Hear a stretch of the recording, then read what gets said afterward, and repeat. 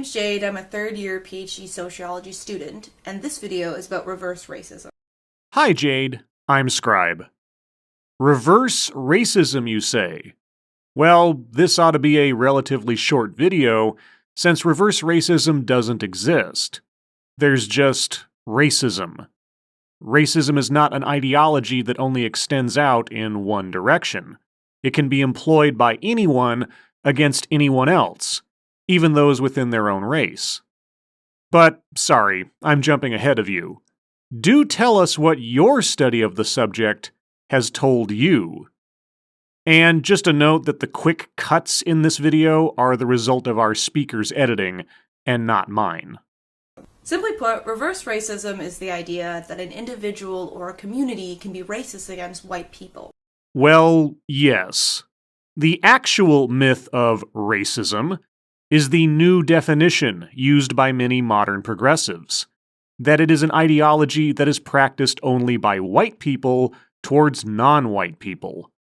So, if you accept that definition as true, then reverse racism, as a concept, would make some sense.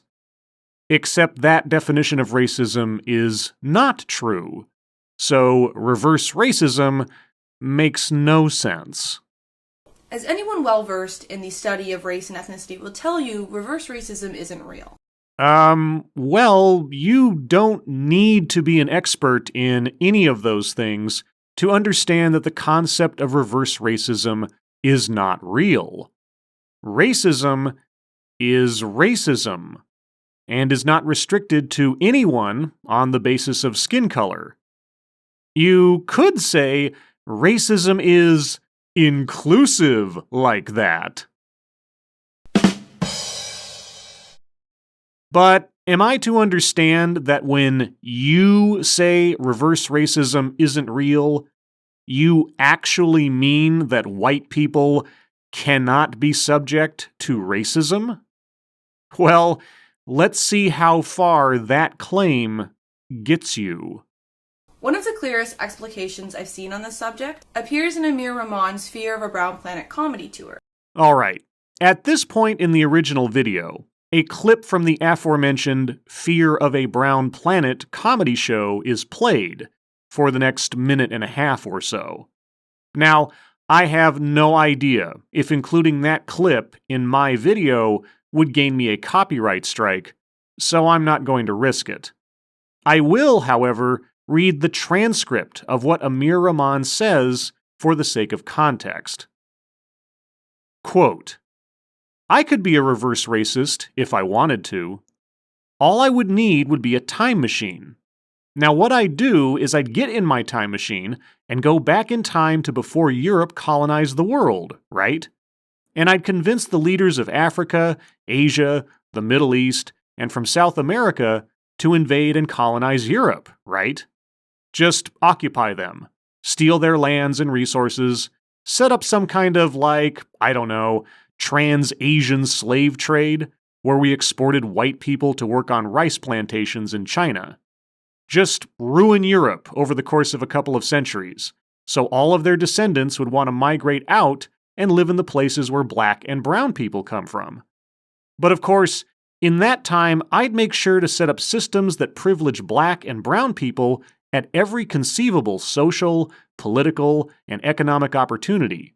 White people would never have any hope of real self-determination. Just every couple of decades, make up some fake war as an excuse to go and bomb them back to the Stone Age, and say it's for their own good because their culture is inferior. And then, just for kicks, subject white people to colored people's standards of beauty, and they'll end up hating the color of their own skin, eyes, and hair. If after hundreds and hundreds and hundreds of years of that, I got on stage at a comedy show and said, "Hey, what's the deal with white people? Why can't they dance?" That would be reverse racism. Okay, that was a lot to take in there. First, you would once again need to redefine racism as a one-way ideology of hate and derision. That it is a tool only available to white people and which only affects non-white people. which it is not, and our comedian just proved it is not.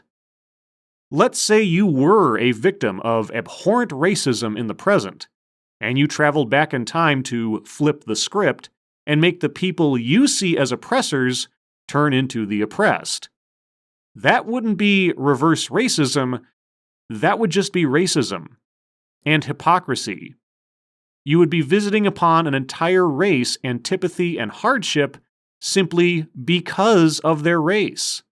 You would be dooming innocent people for the same unjust motive you feel was visited upon you. Now, in any other circumstance, I wouldn't bother analyzing a joke like this, because it's a joke. But our speaker has chosen to use it as an active example of her argument. And so, I am inclined to respond in kind. Racism is racism. Everyone is capable of it. And promoting the idea that anyone who is not white is incapable of being racist because they are not white is a moral denigration of people on the basis of their skin color. And that is racism. Now, back to our speaker, who is commenting on the comedy routine. What makes this video great is that Amir is able to, in the mere span of 3 minutes, touch on 3 important facets that make it possible for someone to experience racism. The first is history or historical context. Without history or historical context, one cannot experience racism. I must be missing something.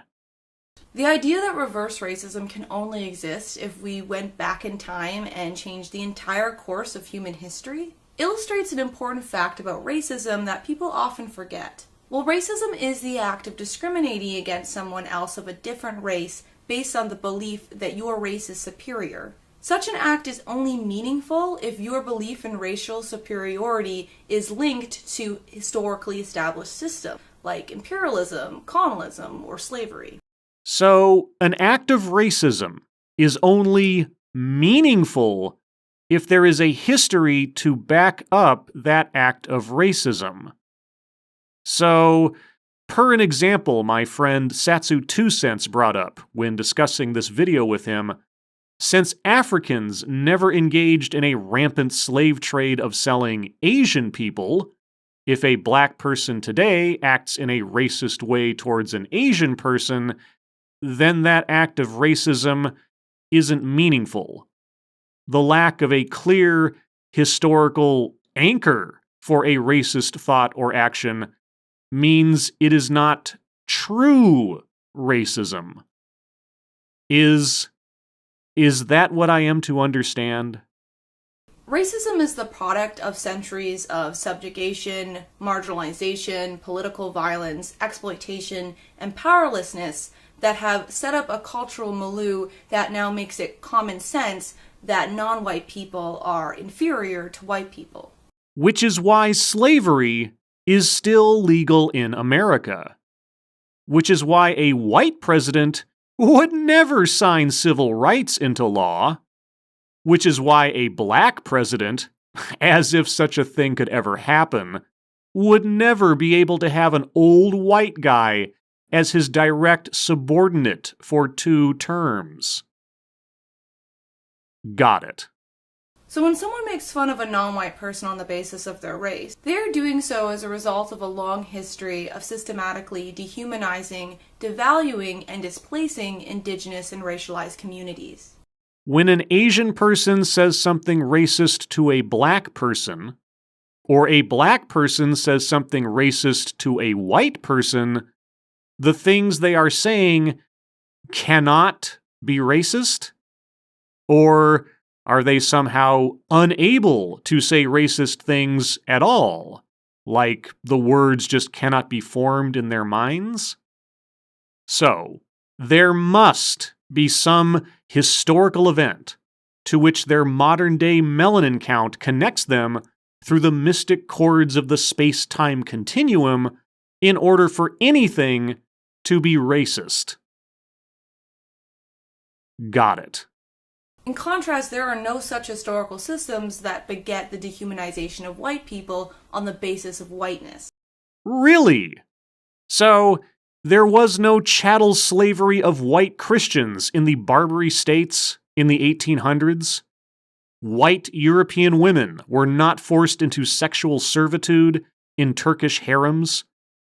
Slavic people, where the word slave comes from, were not traded as servants, concubines, soldiers, and workers in the Middle East and Africa in the early 9th century? None of those things actually happened. There are no such historical systems that beget the dehumanization of white people on the basis of whiteness. Well, here's the thing. Given that they did happen, by our speaker's logic, white people cannot then enact meaningful racism against Africans, Middle Easterners, or Turks. I mean, that is what I am to understand, isn't it? Thus, because of our particular history, prejudicial acts targeted towards non-white people carry much more political and social clout than those directed against white people. Racism towards non-white people carries political and social clout, you say. Well, you might want to tell that to the entire political and social community in regards to some unfortunate photos that have appeared involving Virginia Governor Ralph Northam. His 30-year-old act of racist costuming has turned him into a detestable person, both in politics and general society, overnight. So, tell me again how racism towards non-white people is a benefit in our society. The second thing Amir touches on is the idea of social systems or structures. Now, because of the history of European colonization, there are currently multiple political, economic, and social systems in place in modern society that privilege white people while disenfranchising non-white people. Multiple systems, you say? Name one. Broadly speaking, non-white people have higher rates of poverty, homelessness, and underemployment. This is because they were either born into a cycle of poverty resulting from the historical legacies of racial slavery, settler colonialism, and European imperialism, and or because they are given less social and economic opportunities because of the structural racism subsequently generated by these systems. So, the circumstances of one's personal prosperity and well-being are determined by one's skin color, and non-white people are inherently disadvantaged and are not wholly responsible for their individual situations based on systems that align against them because of their skin color. So, what would then be the cause of a legacy for a poor white family? I mean, there shouldn't be any long-term poor white families in this country. Their skin should just instantaneously provide them with wealth and well-being. Correct? That is what I am to understand, isn't it? Because non-white people are believed to be inferior, they face systematic barriers to success and happiness. In contrast, white people don't, at least not on the basis of their race. So, being non-white is an inescapable flaw, and being white is an inherent boon. Therefore, there should be no trends of prosperity over white people by, say, Asian people? Got it. The last facet of racism that Amir touches on is what scholar Iris Marion Young calls cultural imperialism. Young defines cultural imperialism as the universalization of a dominant group's experience and culture and its subsequent establishment as the norm. What cultural imperialism does is valorize the experiences and values of a particular social group at the cost of stigmatizing the experiences and values of all others. In the context of racism, Western culture and the experiences of white people are normalized, while non-Western cultures and the experiences of non-white people are stigmatized and erased. Aha! So, rap music and its creators are neither celebrated or popular with white people. Hong Kong action movies and their stars are neither celebrated or popular with white people. Thai food, Chinese food, Mexican food, Ethiopian food, Indian food, none of these things are either sought after or are popular with white people. Because none of those things have their origins in cultures that are totally white. Got it. The example Amir gives in his video clip is beauty standards. Because white beauty standards are considered to be the norm in our society, non-white people come to hate, as Amir puts it, the color of their own skin, hair, and eyes. So, non-white people have no free will of their own when it comes to their own self-esteem or self-image. They are inherently psychologically vulnerable because of their skin color.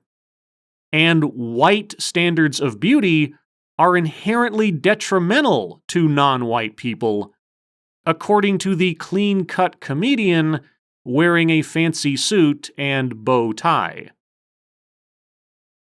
Got it. Again, in contrast, no such cultural systems exist that subjugate white people in the same way. What about the cultural system that says only white people can be racist? Or the cultural accusations of white privilege, white guilt, and white fragility? What about all of those things that say that being white makes you an inherent villain? Please do tell me, is assessing someone as morally stained by their skin color an example of racism, or isn't it? Basically, cultural imperialism is the ideological product of historical and social structures that operate to enforce the idea that white people are superior to non-white people. Taken together, these three facets tell us one thing. Racism only functions as racism when it is rooted in historically established systems of social domination that express and beget related ideologies of cultural imperialism. In other words, non-white people get a pass on racist thoughts or actions due to both a selective reading of history and a redefinition of the word racism. Got it. Accordingly, reverse racism, which is none of these things, isn't and can't be real in our current social climate. Reverse racism cannot be real in any climate, because racism is racism, no matter who is doing the hating. So that's my video on reverse racism. If you liked it, please give it a thumbs up, and if you want to see similar videos, please subscribe to my channel. See you later! I dunno if I will see you later. I mean, historically speaking, you benefit from the racist systems and institutions that rule our world. You are a product of hundreds, if not thousands of years of cultural imperialism, which led up to your having eyeglasses, and makeup, and clothing, and purple hair. All of which have elements of their creation and history based in other countries and other cultures that are not white. I mean, of all the people to listen to on critiques of racism, shouldn't you be the last person I listen to? Because, you're white. But hey, not to worry. I do not evaluate the merit of other people's ideas on the basis of their skin color, but rather on the content and reasoning of their arguments. I call it reverse logic. Do you like it? I made it up just for you. As always, thank you for watching.